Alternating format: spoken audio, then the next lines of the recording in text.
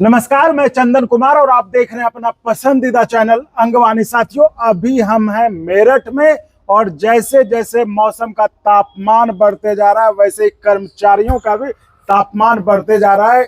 OPS को लेकर जिस तरह से 1 अप्रैल से सरकार ने कह दिया कि यूपीएस के लिए उन्होंने गजट जारी करके उसको लागू कर दिया है, तो वहां पर जो ओपीएस की मांग कर रहे हैं, जो खासकर हूबहू ओपीएस की मांग कर रहे हैं, जो विजय बंधु जी का संगठन है एनएमओपीएस, उनकी एक बड़ी रैली कार्यक्रम के लिए दिल्ली के जंतर मंतर पर 1 मई को होना है। तो इसी पर क्या तैयारी है मेरठ के, क्योंकि मेरठ दिल्ली से सबसे नजदीक वाला इलाका और कहते हैं कि यहाँ से खूब भीड़ पहुंचती है दिल्ली वाले कार्यक्रम में। तो हमारे साथ मेरठ में कुछ लोग हैं, उनसे हम बात करते हैं कि आखिर 1 तारीख के कार्यक्रम में क्या तैयारी है उनकी। संजय तोमर जी हमारे साथ। संजय तोमर जी जो कि वरिष्ठ जिला उपाध्यक्ष है अटेवा, जो संगठन है all teacher and employees welfare association, उसके वरिष्ठ जिला उपाध्यक्ष है संजय तोमर जी। जी, क्या तैयारी है 1 तारीख को? सर्वप्रथम तो मैं चैनल को बधाई देता हूं कि आप कर्मचारियों की मांग निरंतर उठा रहे हैं और देशव्यापी हमारे माननीय राष्ट्रीय अध्यक्ष विजय कुमार बंधु जी हर शहर हर जिला मुख्यालय पर जाकर इस कार्यक्रम को सफल बनाने के लिए निरंतर प्रयास कर रहे हैं और प्रत्येक कार्यक्रम आपका चैनल प्रमुखता के साथ प्रकाशित कर रहे हैं, खबर पहुंचा रहे हैं, प्रचार प्रसार कर रहे हैं। इसके लिए मैं बहुत बहुत आपका धन्यवाद ज्ञापित करता हूं। आप बधाई के पात्र हैं। हम तो चाहते हैं आपको ओपीएस जल्दी मिल जाए, आपको इतना रैली ना करना पड़े, भगवान करे पहले ही सरकार ऐलान कर दे। आपके चैनल और आप जैसे अच्छे जुझारू और हम जैसे गरीब लोगों की आवाज़ उठाने वाले, तो आपका तो ये कर्मचारी वर्ग हमेशा ऋणी रहेगा। नहीं, चलिए, कर्मचारी गरीब तो नहीं है, लेकिन ठीक ओपीएस मिले इस पे भी कोई दो राय नहीं है। हाँ जी, तैयारी कैसी है 1 तारीख को? 1 तारीख की तैयारी हमारी बहुत जोर शोर से चल रही है। हाँ। प्रत्येक विभाग, सभी जिला मुख्यालय और गांव देहात में जाकर जो जहां सरकारी कर्मचारी कार्यरत हैं, शिक्षक गण कार्यरत हैं, बेसिक शिक्षा विभाग का बहुत बड़ा योगदान होता है और सभी के बीच जाकर हम लोग 1 तारीख के कार्यक्रम की निरंतर जानकारी दे रहे हैं और बड़े जोश के साथ सभी कर्मचारी और सभी टीचर्स इसमें जुड़ रहे हैं और बढ़ चढ़कर 1 तारीख के कार्यक्रम में भागीदारी निभाने के लिए तत्पर हैं। जैसे अभी जंतर मंतर पर 1-2 और कार्यक्रम हुए इसी को लेकर, ओपीएस की मांग को रखते हुए, है ना? तो कार्यक्रम तो देखिए जंतर मंतर पर रोज कुछ ना कुछ होता रहता है ना? तो ये अलग कैसे होगा? क्या लगता है कि सरकार इसको मानेगी कि फिर ये आंदोलन हो गया, एक और कार्यक्रम हो गया और खत्म हो गया? अटेवा के अलावा जो कर्मचारियों के संगठन हैं, उनके मांग पत्र में 10 से 15-20 मांगे होती हैं और हमारा संगठन इन सब संगठनों से अलग क्यों हो जाता है, मैं उस पर 1 लाइन आपसे बोलना चाहूँगा कि हमारे संगठन की केवल और केवल 2 मांग हैं। एक मांग प्रमुखता से उठाता है संगठन की हूबहू पुरानी पेंशन बहाली। दूसरी मांग है निजीकरण समाप्त करो, जो कि हिंदुस्तान के सरकारी सिस्टम के लिए एक नासूर बनता जा रहा है और इसलिए हमारा संगठन बाकी संगठनों से अलग हो जाता है। और प्रत्येक कर्मचारी, चाहे वो पुरानी पेंशन ले रहा है, चाहे वो नई पेंशन के अंतर्गत आ रहा है, प्रत्येक कर्मचारी बढ़ चढ़कर हिस्सा निभा रहा है, क्योंकि ये लड़ाई एक वर्ग विशेष की नहीं है, ये लड़ाई एक सामाजिक लड़ाई है। हमारे बच्चे, हमारे भाई, हमारी बहनें पढ़े लिख कर हम लोग शिक्षित किस लिए कर रहे हैं? रोजगार हासिल करेंगे। रोजगार में जाएंगे तो पुरानी पेंशन और नई पेंशन स्कीम के बीच अंतर समझेंगे, उनके बीच इनको बहलाने फुसलाने का काम सरकार कर रही है। तो पुरानी पेंशन के मुद्दे पर सभी कर्मचारी और कर्मचारियों के परिवार सभी लोग लामबंद हो रहे हैं और बहुत बड़ी संख्या में दिल्ली जंतर मंतर पर पहुंच रहे हैं हम लोग। मैं इसमें एक विशेष बात बताना चाह रहा हूं आपको कि हमारा संगठन सबसे अलग क्यों हो जाता है। बाकी संगठनों ने जंतर मंतर पर धरना दिया है, प्रदर्शन करा है, पुरानी पेंशन की मांग भी उठाई है, लेकिन हमारे संगठन की सबसे पहली लाइन होती है कि हम लोग भारतीय अर्धसैनिक बल पैरामिलिट्री फोर्स की पुरानी पेंशन बहाली सर्वप्रथम चाहते हैं। बाकी सेकंड स्तर पर, दूसरे पायदान पर हम अपने आप को खड़ा करते हैं कि हमारी पुरानी पेंशन बहाल करने से पहले अर्धसैनिक बलों की पेंशन बहाल की जाए, क्योंकि इस हिंदुस्तान में सबसे जोखिम भरी नौकरी अगर किसी की है तो हमारे अर्धसैनिक बलों की है। वो हमेशा मौत के साए में खड़े रहते हैं और गोली कब बॉर्डर पार से आती है, कब उनकी सीना चीर कर निकल जाएगी, उनको खुद को भी पता नहीं होता। नहीं, ये बात तो आप बहुत मतलब कायदे की कर रहे हैं कि ठीक है, पेंशन तो ओल्ड पेंशन तो सबको मिलना ही चाहिए, लेकिन अगर कोई मतलब जिसको सबसे पहले तुरंत अगर कोई पूछे कि पहले किसको दे, तो वो तो देश का पैरामिलिट्री है। तो मुझे लगता है कि पैरामिलिट्री के भाई सुन रहे होंगे तो वो खुश भी होंगे। तो जी कुछ और कहना चाह रहे हैं? हमारे विजय कुमार बंधु जी जहां भी कार्यक्रम किया है, आप कहीं भी उठा के देख लीजिए, वीडियो रिकॉर्डिंग है, यूट्यूब पे पड़ी हुई है। सबसे पहली लाइन हमारे राष्ट्रीय अध्यक्ष श्री विजय कुमार बंधु जी ने पैरामिलिट्री फोर्सेस की पुरानी पेंशन बहाली की मांग उठाई है। तत्पश्चात वो कर्मचारी और शिक्षक वर्ग की बात करते हैं। तो मेरा सरकार से ये कहना है कि सरकार पैरामिलिट्री फोर्सेस की पुरानी पेंशन जल्द से जल्द बहाल करे, उसके पश्चात हम कर्मचारी और शिक्षकों की पुरानी पेंशन बहाली पे विचार करें। जी आप भी जा रही हैं 1 मई को? जी बिल्कुल। है? जी बिल्कुल। आपके लिए क्या मुद्दा है? मेरे लिए भी यही है कि क्या नाम है, बहाली होनी चाहिए, ओल्ड पेंशन लागू होनी चाहिए। हेलो, पहले तो मैं आपका बहुत बहुत आभार, धन्यवाद, साधुवाद देता हूं जी कि आप कर्मचारी और शिक्षकों की पुरानी पेंशन बहाली की जो आवाज़ है, आप उसको बुलंद करने में हमारा सहयोग कर रहे हैं। सर्वप्रथम मैं आपको बताना चाहता हूं, जब गवर्नमेंट कहती थी, एनपीएस जब आई थी कि भाई ये ओल्ड पेंशन में परिवर्तित नहीं हो सकती, अगर वो नहीं हो सकती थी तो वो यूपीएस में कैसे परिवर्तित हो रही है?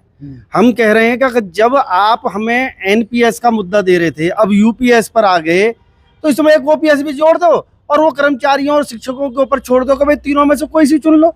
वो तो कह रहे हैं कि सब कुछ ले लो, ओपीएस पे बात मत करो। नहीं, क्यों नहीं करें? ऐसा हो सकता है कि घर के परिवार का मुखिया तो बैठकर रबड़ी मलाई खाएगा, ओपीएस लेगा, और जो उसके घर में उसके घर के परिवार के सदस्य उनसे कहेगा भाई तुम कूड़ा करकट खाओ और कूड़े करकट में रहो। मतलब ये हमारे देश का संविधान कहता है, हमारे देश का संविधान कहता है। हाँ, नेताओं को कह रहे हैं हम, हमारा देश का संविधान कहता है, हमारे नेता कहते हैं एक देश एक संविधान एक नागरिकता। तो इसमें क्या हो गया भाई? दो ना, जैसे तुम ले रहे हो ऐसे हमें ओपीएस दो। भाई जब आप पुरानी पेंशन ले रहे हो तो हमें नई और यूपीएस और एनपीएस में क्यों फंसा रहे हो? आप आओ ना। सबसे पहली बात तो आपको एनपीएस और जो सैलरी लेने वो भी नहीं लेनी चाहिए, क्योंकि आप समाज सेवा का कार्य कर रहे हैं। आप उसे समाज सेवा भी कह रहे हैं। भाई हमारी सेवा को तो आप ये कहते हो सरकारी कर्मचारी हैं, सरकार की वजह से हमें तनख्वाह मिल रही है, हम सेवा कर रहे हैं पब्लिक की। आप जो काम कर रहे हैं वो समाज सेवा का आप उसके बदले में पैसे ले रहे हो। आप इतने सारे प्रयोग उपभोग कर रहे हो, अलग अलग क्या नाम है सुविधाओं के उपभोग कर रहे हो, और आप पेंशन भी वही ले रहे हो, और हमसे वो पेंशन हमें तो बुरी लग रही है। हमारे लिए तो क्या नाम है ओपीएस बुरी है, आप लोगों के लिए अच्छी है। अरे भाई जब आप हमारे माननीय हैं, माननीय का मतलब होता है कि हम जिनको माननीय मानते हैं हम उनके पद चिन्हों पर चलने की कोशिश करें, और आप हमें चलने ही नहीं दे रहे, उसमें आप हमें सम्मिलित ही नहीं कर रहे। तो ये कितना बड़ा दुखद वो है कि हमारे ऊपर जबरदस्ती कोई चीज़ थोपी जा रही है, और आप उसको क्या नाम है उस चीज़ को ओपीएस को अपने ऊपर लागू करे हुए। अरे आप अपनी सहृदय दिखाते हुए मेरा सभी अपने जो भी पार्टी के समस्त सदस्य हैं और जो वर्तमान में सरकार है उनके सभी नेताओं से अनुरोध है, माननीयों से अनुरोध है कि वो उदारवादिता दिखाएं कर्मचारियों शिक्षकों के साथ, और न्यू पेंशन स्कीम और यूपीएस दोनों को समाप्त कर ओपीएस लागू करने का मैं उनसे अनुरोध करता हूं, आग्रह करता हूं। अटेवा के जिला मीडिया प्रभारी हैं, हाँ आप बताएं। जी, मैं क्या तैयारी है 1 तारीख को लेके? तैयारी, सबसे पहले तो मैं आपके चैनल को बधाई दूंगा कि वो हमारे साथ कंधे से कंधा मिलाकर हमारी आवाज़ बुलंद कर रहा है। दूसरी चीज़, जब हमें ओपीएस लागू हो जाएगी हमारे लिए, तो आपका जो चैनल है वो एक तरह से नीम का पत्थर साबित होगा हमारे लिए। हम याद रखेंगे कि भाई हाँ, नीम वहाँ से पड़ी थी हमारी। चलिए कम से पहले मिल तो जाए। ठीक है। मिलेगी मिलेगी मिलेगी। हाँ, मिलेगी मिलेगी, पक्का मिलेगी। कितने आश्वस्त हैं? 100%।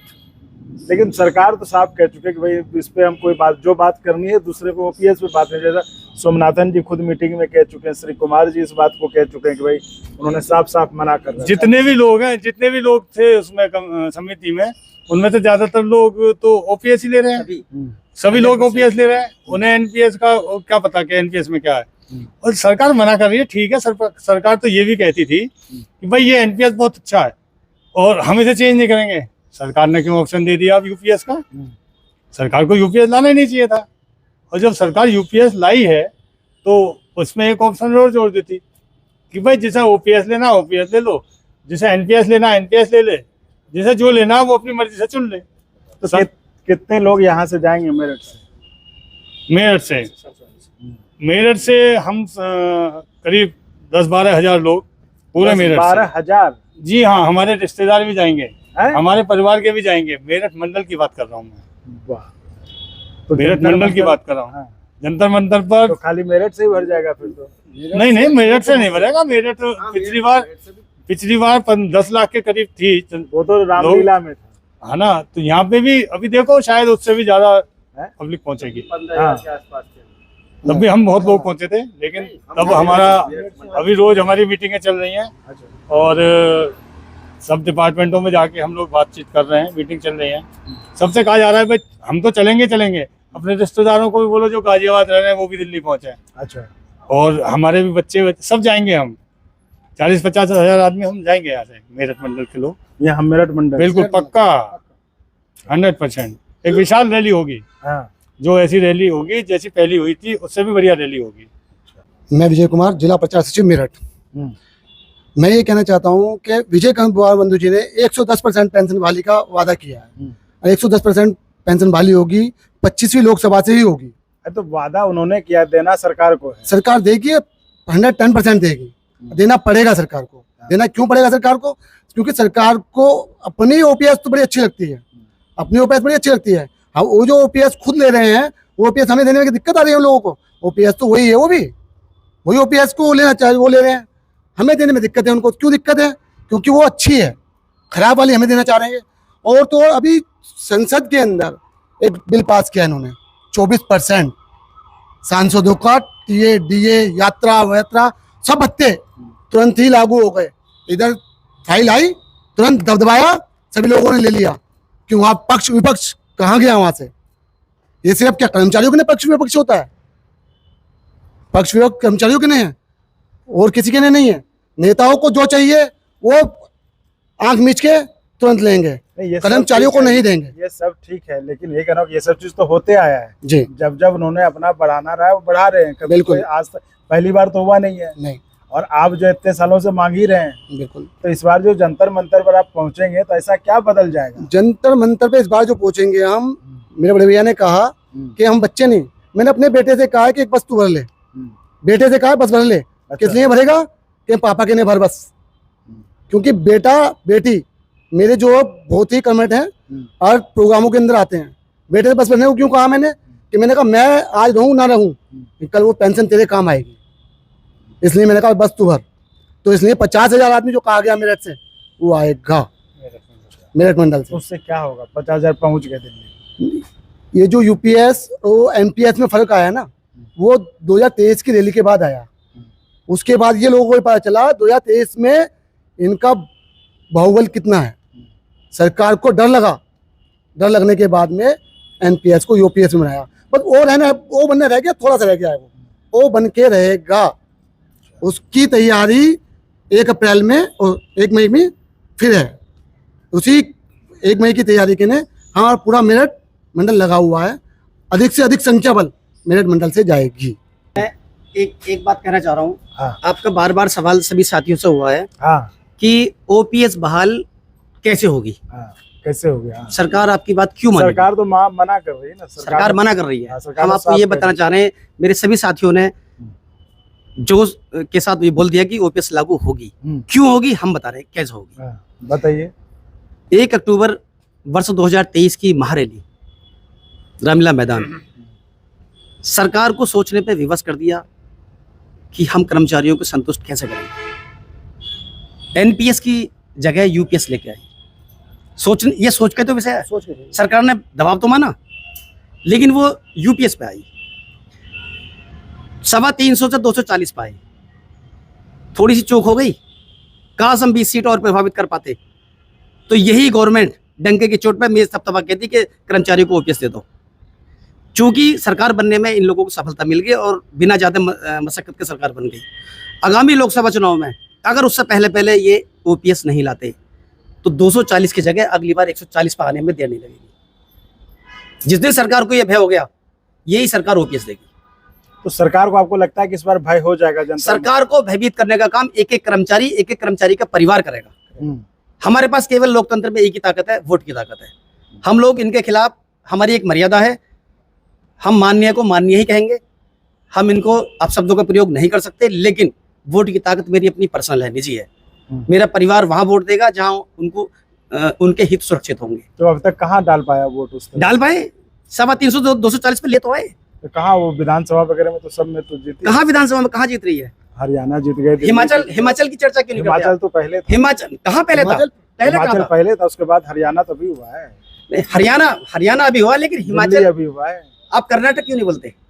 आप अभी- कर्नाटक की बात करो अब ना, वो वो तो पहले बाद में हुआ। हरियाणा कर्नाटक दोनों पहले था। कर्नाटक तो 1 अक्टूबर 2023 के बाद हुआ है, तो कर्नाटक की भी चर्चा करिए ना आप। हाँ। माना कि हरियाणा में हमारी कुछ कमियां रह गई, हम समय से अपने संगठन में सक्रिय नहीं हो पाए, माना हम कमियां मान रहे हैं अपनी, लेकिन कर्नाटक भी तो ओपीएस की वजह से हार गए लोग। तो मतलब कर्नाटक के मुख्यमंत्री का तो वीडियो वायरल हुआ है हम्म, कि जो वो कह रहे हैं, हार के बाद समीक्षा बैठक में उन्होंने बोला है कि काश हम कर्मचारियों को मनाने में सफल हो जाते, सरकार आज हमारी होती। ये मुख्यमंत्री ने कहा, मुख्यमंत्री ने कहा है। कई दफा कह चुके हैं यहाँ पे। तो ये हम लोग चल रहे हैं, ऐसा आगे नहीं चल है। रहे हैं, बहुत आगे बढ़ गए हैं, और 100% 100% 99 नहीं करे, ओपीएस बहाल होगी। तो यदि हमारी खास बातचीत मेरठ में, जहाँ के अटेवा के जो ऑफिस बेयरर्स हैं, पदाधिकारी वो थे, और उन्होंने कहा कि जिस तरह से 2023 की रैली थी, जिसके कारण कि सरकार को इसके बारे में सोचना पड़ा था, और उसका असर जो है उस समय जो विधानसभा के चुनाव थे कर्नाटक और हिमाचल, वहां पर देखने को मिला था, और बीजेपी को अपनी सत्ता गंवानी पड़ी थी। उसी दमखम के साथ, उसी जोश के साथ हम फिर 1 मई को, इनका ऐसा मानना है कि हम उसी ताकत का प्रदर्शन करेंगे, और जो कमी रह गई पिछले कुछ दिनों में उसको दूर करते हुए सरकार को फिर से मजबूर कर देंगे कि ओपीएस देना पड़े सरकार को। तो खैर, ये इनकी रणनीति है, ये इनका प्लान है। बाकी सरकार क्या करती है वो तो जब सरकार करेगी तभी पता चलेगा। तो फिलहाल इस वीडियो में इतना ही। आप ऐसे ही चैनल को लाइक शेयर करते रहे। धन्यवाद। और अगर आपको अच्छा लगा तो एक बार और आपको मैं कहना चाहूँगा कि आप इसको प्लीज सब्सक्राइब और शेयर करते रहें, ताकि हमारा भी मनोबल और सपोर्ट बना रहे।